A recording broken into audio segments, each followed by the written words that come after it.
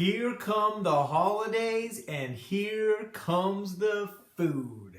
Welcome to Steadfast Life Coaching and your training on how to get through these holidays without buffering with food for the whole thing. Why is food so correlated to the holidays? That's a question I ask myself sometimes. And I've got basically two theories about why this is. The first is that there's somewhat of an anxiety that comes around the holidays, that we've got to spend time with people we don't normally spend time with, people we don't always choose to spend time with, but we feel some pressure to hang out with them. And so we're kind of not really looking forward to these events, and we've got this thought that runs through our head, I have to see these people, this is gonna suck, but at least there will be brownies. And we go into the room, and maybe we've been practicing this thought for so long that we don't even think that. We just think holiday brownies. And we just skip the whole idea that it's stemming from this anxiety. On the whole other side, you got this, but it's Christmas. This is Christmas time. I got to enjoy Christmas. I don't want to spend the holidays restricting myself from food and sticking to this healthy eating protocol that I've been on the rest of the year. It's Christmas. It's Thanksgiving. It's New Year's Day. This is time to celebrate and get into this whole thing.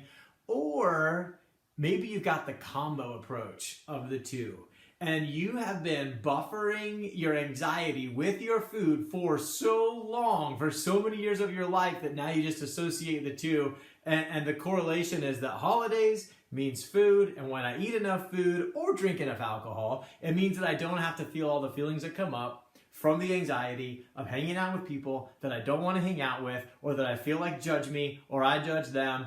Whatever. There's discomfort. I want it gone. And food is just the way I've been solving it for the past 40 years. I'm going to continue on with that path. This whole exploration is fascinating to me because I can relate to a lot of it. I definitely get into the holidays and I'm like, this is my time to eat this food.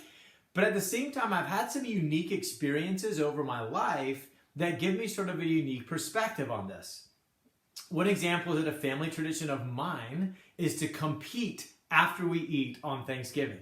We play soccer, football, or volleyball. As a family, kids can play, adults can play, but nobody's really toning it down because we want to win. This is serious sporting is what's going on at this place. So because of this, I don't really overeat. I always wanted to not have a side ache when I'm out there playing soccer. I want to win. I want to put myself in the best position available. So Thanksgiving to me is about competition and sort of having myself prepared so that at 3 p.m. I'm ready for game time. Now, I don't say this to brag. Oh, I guess what, everybody? I don't overeat at Thanksgiving. I mean, I'm bragging a little bit, but it's not about that. I want to brag because since 6th grade, until I kind of stopped this family tradition, kind of moved away and wasn't always there, 15 out of 18 consecutive Thanksgivings, my team was the winner. 15 out of 18, that's a pretty good record. But I'm not bragging about this idea of not eating food. I just got lucky. I have this tradition that happens to foster not overeating at Thanksgiving. The reason I mention it, though, is to challenge this idea that it is Thanksgiving, so I must eat, or these are the holidays, so I must eat. And we sort of take that as a fact. Like, no, this is just what you do for the holidays.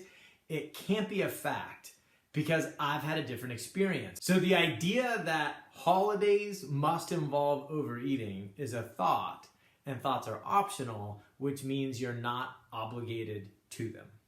So in the next 4 videos that you'll see linked right down below here, I'm going to go through basically 4 steps into how to prepare yourself to go through the holidays and not go off of whatever eating protocol you're on.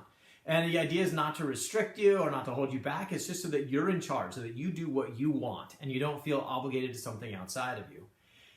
The idea is basically this. We're gonna make a plan, and we're gonna do a little bit better than making a plan that goes on in the past. We're gonna make a really good plan.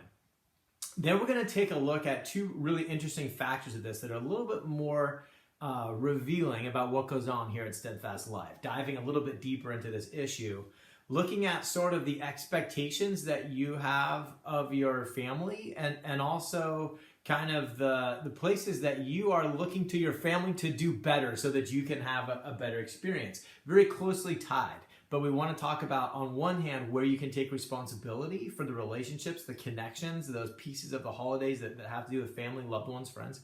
And then also kind of the dynamic between reality and what you imagine, what you expect, the holiday season that you've seen on the Hallmark Channel, how those two tie together. And then the last piece we want to take a look at is simply how you want to feel during the holidays and how you can take charge of making sure that that is how you feel regardless of what happens around you. So those are sort of our next 4 pieces you're going to go through one by one below.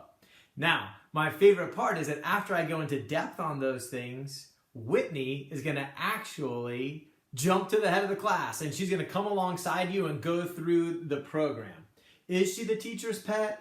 Yes, of course. She's my favorite one out of all of you. Whitney is physically going to go through the program with you. So if you have the opportunity to jump in live with her, you'll be able to ask real-time questions, get responses of her while she's sharing with you her process and her thoughts as she goes through the program. So there will be no question about how you can put all this stuff together. We've got sort of a high school meets webinar meets book club all coming together as one. This is going to be fun. Now, if you can't catch her live, I'll just kind of interlace her under each video.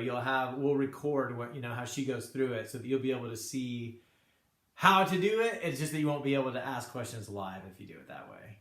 So make sure you have your download. Make sure you go, it's actually right above this video. There's a bar that says click here for your pen to paper guide. And get that guide so that you can follow along with Whitney as she's going through it. And I'll see you in the next one.